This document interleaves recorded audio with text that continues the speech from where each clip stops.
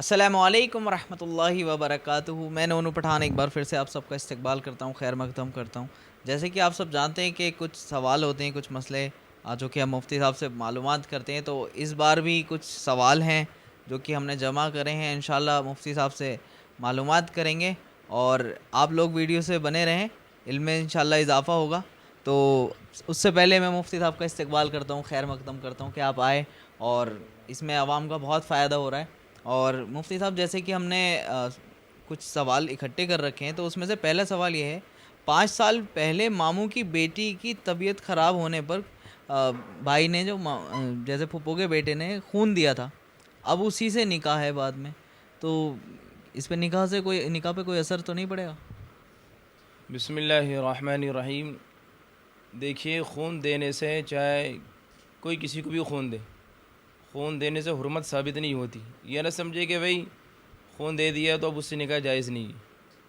یہ حرمت صرف دودھ پینے سے ثابت ہوتی ہے، اور وہ بھی بچپنے میں۔ جو مدت دودھ پینے کی مدت ہے، ان مدتوں میں اگر کوئی دودھ پی لے کوئی بچہ کسی عورت کا، تو جب اس کی حرمت ثابت ہوگی۔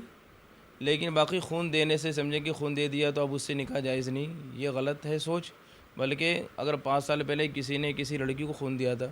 اور اب اگر آج اس سے نکاح ہو رہا ہے، نکاح کرنا چاہ رہے ہیں، تو نکاح جائز ہے، کوئی پابندی نہیں، شرعی اعتبار سے درست ہے۔ مفتی صاحب، ہمارا اگلا سوال یہ ہے، بڑی بڑی مونچھیں رکھنا کیسا ہے؟ دیکھیے، بڑی بڑی مونچھیں رکھنا، اور مونچھیں اتنی بڑی ہو کہ جب آدمی پانی پیے تو پانی اس میں لگ جائے، مونچھ میں لگ جائے، مونچھ پانی میں ٹکرا جائے، اتنی بڑی مونچھ نہیں ہونی چاہیے، تو یہ شرعاً گناہ والا عمل ہے۔ اور اللہ کے رسول صلی اللہ علیہ وسلم کی حدیث بھی ہے کہ جو شخص بڑی بڑی مونچھیں رکھے وہ ہم میں سے نہیں ہے، یعنی اس کا اسلام سے کوئی تعلق نہیں۔ تو اس لیے اور حکم بھی ہے کہ مونچھیں کو انسان پست کروائے، داڑھی بڑھائے، مونچھیں پست کروائے، مونچھیں کتروائے، مونچھیں بڑی نہیں ہونی چاہیے۔ اگر مونچھیں بڑی ہیں، اتنی بڑی ہیں کہ پانی پیتے وقت لگ جائے، تو پھر یہ ناپسندیدہ عمل ہے اور یہ گناہ والا عمل ہے، اس لیے اس عمل سے انسان کو بچنا چاہیے۔ مفتی صاحب، ہمارا اگلا سوال یہ ہے، کیا انگلیاں چٹکانے سے نحوست آتی ہے؟ ہاں، انگلیاں چٹکانے سے نحوست لوگوں کے ذہن و دماغ میں ہے، تو سب سے پہلے جس کے ذہن میں یہ باتیں ہو، وہ صاف اپنے ذہن و دماغ سے صاف کر لے کہ اسلام نحوست کا قائل نہیں۔ اسلام کے اندر نحوست کسی چیز میں نہیں ہے۔ نہ انگلی چٹکانے سے نحوست ہے، نہ رات میں گھر میں جھاڑو لگانے سے نحوست ہے، نہ اور دیگر کام سے نحوست ہے، کسی کام میں نحوست نہیں، نہ گھر میں نحوست ہے، نہ کسی اور چیز میں نحوست ہے۔ بلکہ لمبی حدیث ہو جائے گی، وقت نہیں ہے، کہ اگر نحوست کسی چیز میں ہوتی تو 3 چیز میں ہوتی، ایک گھر ہے، ایک سواری ہے، اور ایک عورت ہے، لیکن اس میں نحوست نہیں۔ اب میں تفصیل میں بتا دوں کہ نحوست ہوتی جب ہوتی اس کے اندر گھر، کیوں کہ انسان کو رہنے کے لیے گھر چاہیے، اگر گھر نہیں تو انسان بیچارہ پریشان ہے۔ اسی طرح اگر تو گھر، لیکن گھر میں نحوست نہیں ہے، اسلام نے سختی سے منع کر دیا، یہ نہ سمجھے کہ گھر میں نحوست ہے۔ اسی طرح انسان سفر کر رہا ہے، اور سواری سفر کے لیے بہترین سواری ہونی چاہیے، لیکن اگر راستے میں کوئی پریشانی آ جائے تو انسان یہ نہ سمجھے کہ یہ سواری جس پر ہم جا رہے ہیں وہ سواری کے اندر نحوست ہے، یہ غلط، جس پر ہم سوار ہو کر جا رہے ہیں تو نہ سواری میں نحوست ہے۔ اسی طرح بیوی، انسان یہ نہ سمجھے کہ پریشانیاں بہت سے لوگوں کے ذہن و دماغ میں۔ آپ عقیدے کے اعتبار سے دیکھ لیں کہ اگر کسی لڑکی کی شادی ہوتی ہے، اور جس کے یہاں شادی ہوتی ہے، سسرال میں اگر کچھ حادثہ پیش آیا تو لوگ کہتے ہیں کہ بھئی یہ آئی، اس کے قدم رکھتے ہی یہ پریشانی آ گئی۔ حالانکہ اسلام سختی سے منع کرتا ہے کہ کسی کے آنے سے، کسی کے جانے سے نحوست کسی چیز میں نہیں، اگر ہوتی ہے تو ان 3 چیزوں میں ہوتی، کہ یہ 3 چیزیں زیادہ اہم ہیں، مکان بھی، سواری بھی، اور بیوی بھی۔ اور یہاں آپ کا سوال ہے کہ انگلیاں چٹکانے سے نحوست آتی ہے، تو انگلیاں چٹکانے سے نحوست نہیں آتی ہیں، لیکن یہ عمل اچھا عمل نہیں ہے، ناپسندیدہ عمل ہے، مکروہ عمل ہے، اور خاص طور سے جب آدمی نماز پڑھے تو نماز کی حالت میں انگلیوں کا چٹکانا بالکل مکروہ ہے صراحتاً۔ اور نماز کے علاوہ بھی کوئی اچھا عمل نہیں ہے، یہ فالتو بس ہے، فالتو کا کام ہے، اس لیے اس سے انسان بچے۔ باقی عقیدے کے اعتبار سے نحوست نہیں ہے، ہاں چٹکانا مکروہ ہے۔ چٹکانا مکروہ۔ مفتی صاحب، ہمارا اگلا سوال یہ ہے، ڈیزائن دار مسلح پر نماز پڑھنا کیسا ہے؟ دیکھیے، آج کل مارکیٹ میں خوبصورت مسلح بھی آ رہے ہیں، نئے نئے ڈیزائن دار، اور کمپنی جو بھی بنانے والی کمپنی ہے، مجھے تو ایسا لگ رہا ہے کہ آپس میں ان کا مقابلہ چلنا، ہوڑ لگی ہوئی ہے کہ ہم اچھے سے اچھا مسلح بنائیں گے تاکہ مارکیٹ میں ہمارے مسلح خوب بکے۔ تو معلوم ہونا چاہیے کہ ڈیزائن دار مسلح، جو مسلح خوبصورت ہو، ڈیزائن بنے ہو، تو تو نماز پڑھنے میں شرعاً کوئی حرج نہیں ہے، نماز پڑھنے کی اجازت ہے، جائز ہے، لیکن اب نماز پڑھنے والوں کو چاہیے کہ اس کا دھیان اس کے ڈیزائن میں نہ رہے۔ اگر ڈیزائن میں ذہن لگا لے، دھیان لگا لے، تو پھر یہ عمل مکروہ ہوگا۔ ویسے باقی مصلی اپنی ذات کے اعتبار سے اس پہ نماز پڑھنے میں کوئی روک ٹوک نہیں، کوئی حرج نہیں۔ اب نماز پڑھنے والوں کو چاہیے کہ اس کا ذہن کہاں جا رہا، وہ اس میں دماغ نہ لگائے،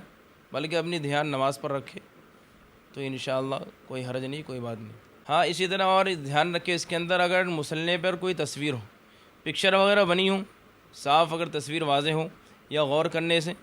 ایسا بھی نہیں بعض دفعہ غور کرے، بعض دفعہ کسی چیز میں غور کرنے سے وہم کا بھی احساس ہوتا ہے۔ آپ دیکھ لیں رات میں تنہائی میں اگر آپ دیوار میں غور کریں گے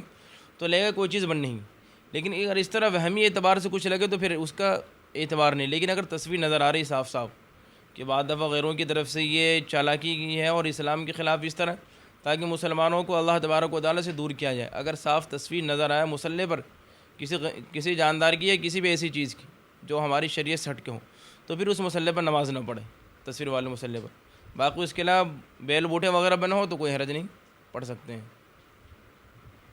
مفتی صاحب ہمارا اگلا سوال یہ ہے، عورتوں کا بالوں کو جمع کر کر سر پر جوڑا باندھنا کیسا ہے؟ دیکھیے عورتوں کا بالوں کو جمع کر کے اور سر میں جوڑا، جیسے یہاں عام طور سے آج کے فیشن چل پڑا، بالکل بیچ سر میں باندھ لینا ہے، تو یہ باندھنا جائز نہیں ہے شرعی اعتبار سے۔ اللہ کے رسول صلی اللہ علیہ وسلم کی حدیث ہے کہ جو عورت جوڑا باندھیں گی جنت کی خوشبو بھی نہیں پا پائے گی، جنت کی خوشبو بھی اسے نصیب نہیں ہوگی، سخت وعید ہے۔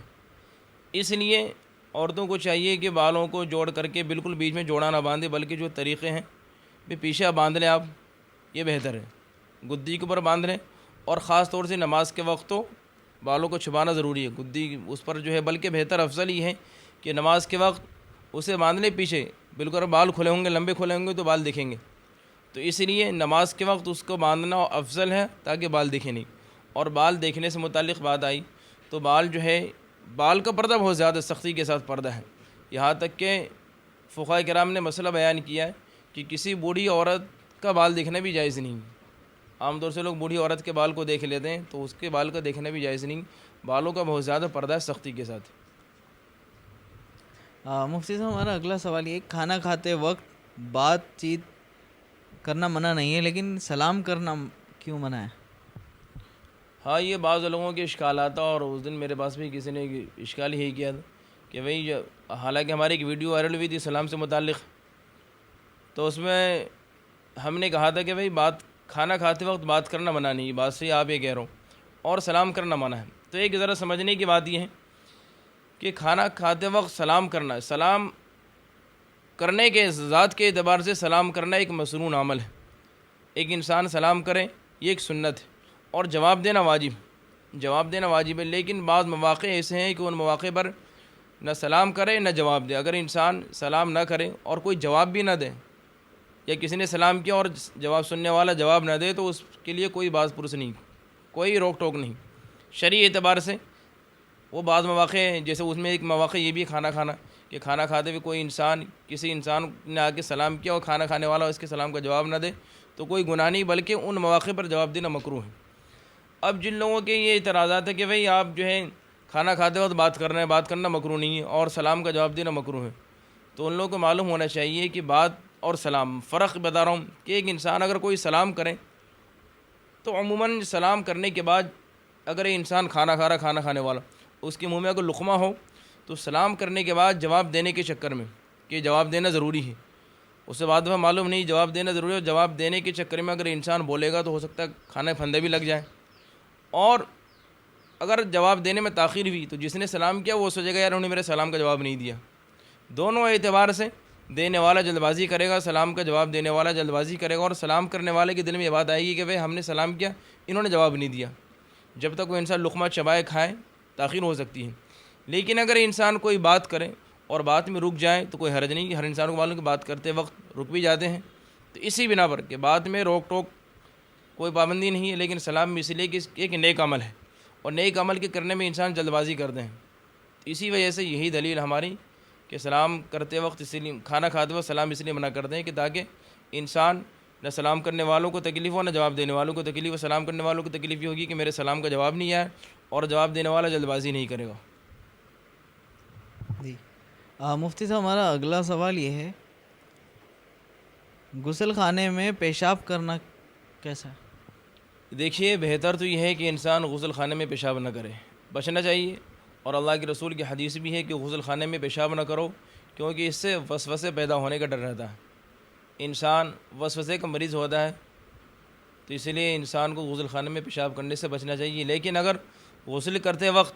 نہاتے وقت کوئی انسان پیشاب کر لے تو پھر شرعاً کوئی حرج نہیں ہے، لیکن خاص طور سے غسل خانے میں جا کر کے پیشاب کرنا تو وہ منع ہے، جب پیشاب نہ کریں، لیکن مجبوری کے درجے میں پھر وہاں بھی اجازت ہے۔ مفتی صاحب ہمارا اگلا سوال یہ ہے، کسی کی قسم کھانے سے گناہ تو نہیں ہوگا؟ ہاں دیکھیے، کسی کی قسم کھانے سے بعض دفعہ ہمارے یہاں ذہن و دماغ میں اور کرتے بھی لوگ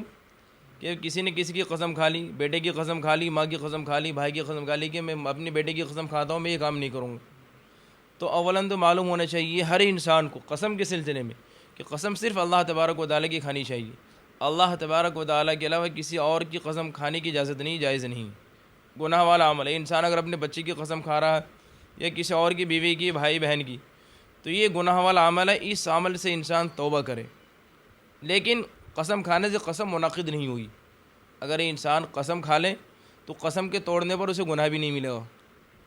جیسے مان لیجیے ایک انسان اللہ کی قسم کھائے کہ ہم یہ کام نہیں کریں گے، جائز کام کوئی کام، اور پھر ایک انسان وہی کام کر لے، انسان خدا کی قسم کھا کر کے، تو انسان اگر اس کام کے کرنے پر، جائز کام تھا، اگر اس کام کو کر لیا تو اس کے کرنے پر قسم توڑا اس نے،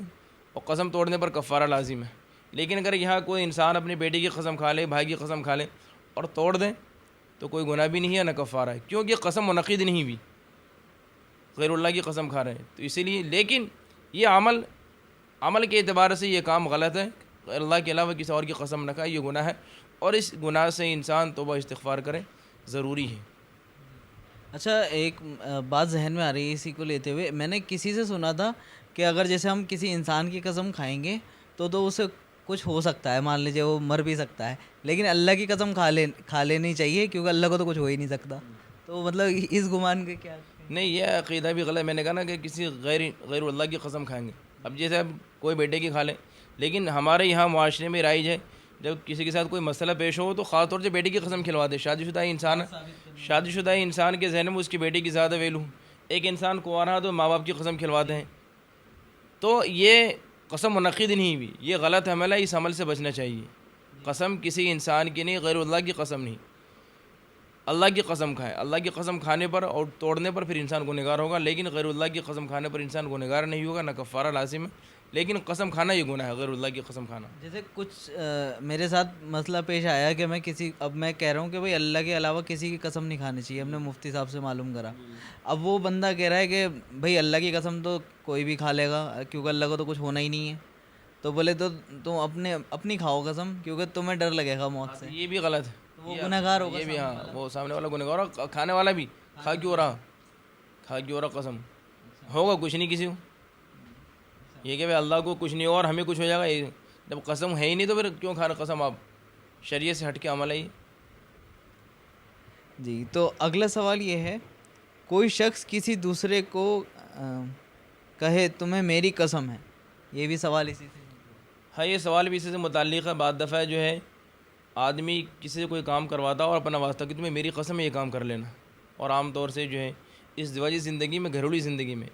بعض دفعہ مائیں بھی کہہ دیتی ہے، بعض دفعہ بیوی کہہ دیتی ہے، بعض دفعہ شوہر بھی کہ تمہیں میری قسم ہے، تو دیکھ لیے اس طرح کہنے سے بھی قسم منعقد نہیں ہوئی، یہ زیادہ تاکید کے لیے، جہاں محبت زیادہ ہوتی وہاں لوگ اس طرح میری قسم اور تمہیں میرا واسطہ، تو یہ نہیں کہنا چاہیے، اس سے بھی قسم منعقد نہیں ہوگی۔ لیکن اگر کوئی انسان کسی انسان کو اس کی مانے کا بیٹا تمہیں میری قسم ہے یہ کام نہ کرو، تو ماں کی اطاعت ضروری ہے، ماں کی بات ماننا ضروری ہے۔ اب یہ کہنے سے کہ تمہیں میری قسم ہے، اب انسان وہ بات توڑ دیں، بات وہ ماں نے منع کر دے اس کام کو کرنے کو، جائز کام کہ یہ کام جو ہے نہیں کرنا آپ کو، اگر ناجائز کام کو کہ مان لو ماں کہہ دے نماز مت پڑھو تو یہ غلط ہے، لیکن اگر ماں کہے کہ بیٹا تمہیں میری قسم ہے نماز پڑھو، بیٹا تمہیں میری قسم ہے نماز پڑھو، اب اگر بیٹا نماز نہیں پڑھے گا تو نماز چھوڑنے کا بھی گناہ اور ماں کی بات نہ ماننے کا گناہ، لیکن قسم کے ٹوٹنے کا کوئی گناہ نہیں، قسم منعقد نہیں ہوئی تو وہ نافرمانی کے گناہ الگ ہے، لیکن قسم کا کوئی گناہ نہیں، میری قسم ہے تمہاری قسم یا فلاں کی قسم کچھ نہیں، سب من گھڑت باتیں ہیں، اس سے اسلام کا کوئی تعلق نہیں، صرف اللہ تبارک و تعالیٰ کی قسم کھائیں۔ مفتی صاحب ہمارا اگلا سوال یہ ہے، عورت کا پلکے بنوانا اور بھویں وغیرہ بنوانا اکثر چل رہے ہیں، بنوا رہی ہیں اور بہت زیادہ یہ تو ٹرینڈنگ میں ہے، ایک دوسرے کو تانے بھی کستے ہیں، ارے بہت بری لگ رہی ہو، اکثر مطلب فیملی والے ہم بھی دیکھتے ہیں تو اکثر یہ ہوتا ہے، چل ہی رہا ہے۔ دیکھیے بھویں بنوانا اور پلکے بنوانا بھی یہ بھی جائز نہیں شرعی اعتبار سے، اور اللہ کے رسول صلی اللہ علیہ وسلم کی حدیث ہے کہ پلکے بنوانے والی اور بھویں بنوانے والی یہ بھی، اور جو بناتی ہیں، جو یہ کام کرتی ہیں، جو بیوٹی پارلر کی عورتیں یا جو بھی کر لیں، کوئی ضروری لوگ گھروں میں عورتیں خود کر لیتی ہیں، تو جو کروا رہی ہیں اپنا وہ بھی اور جو کر رہی ہیں، دونوں پر اللہ کے رسول کی لعنت ہے، اسی لیے اس عمل سے بچنا چاہیے۔ لیکن وہی یہ کہ بس ہر آدمی شریعت سے ہٹ کر اپنی زندگی جی رہا، شریعت کی پرواہ نہیں، اللہ کے رسول کے احکام کی دھجیاں اڑانے مزہ آ رہا ہر انسان کو، چاہے مرد ہو یا عورت ہو۔ شریعت بہت سے لوگوں کو معلوم بھی ہے، لیکن پھر بھی اپنی خوبصورتی کے لیے، اپنی زیبائش کے لیے، میرا چہرہ اچھا لگے، اس کے لیے یہ کام کر رہے ہیں، تو یہ مان لیں یہ کام غلط ہے، اسلامی تعلیمات سے ہٹ کر کے ہے، رسول اللہ صلی اللہ علیہ وسلم کے طریقے سے ہٹ کر کے، اس کام پر لعنت ہے، دونوں پر، کرنے والے پر بھی کروانے والے پر بھی، اس لیے کام نہ کریں اور اس سے بچیں۔ جزاک اللہ خیر۔ تو آج کے الحمدللہ سارے سوال جو ہیں مکمل ہوئے، اور آپ لوگ کمنٹ کریں نئے سوال انشاءاللہ اگلی ویڈیو میں مفتی صاحب کے سامنے رکھیں گے، کچھ مسئلے آپ کے اور کچھ سوال، اور ملتے ہیں انشاءاللہ اگلی ویڈیو میں۔ اس ویڈیو کو زیادہ سے زیادہ شیئر کریں کیونکہ دین کی بات پھیلانا صدقہ جاریہ ہے۔ السلام علیکم ورحمۃ اللہ وبرکاتہ۔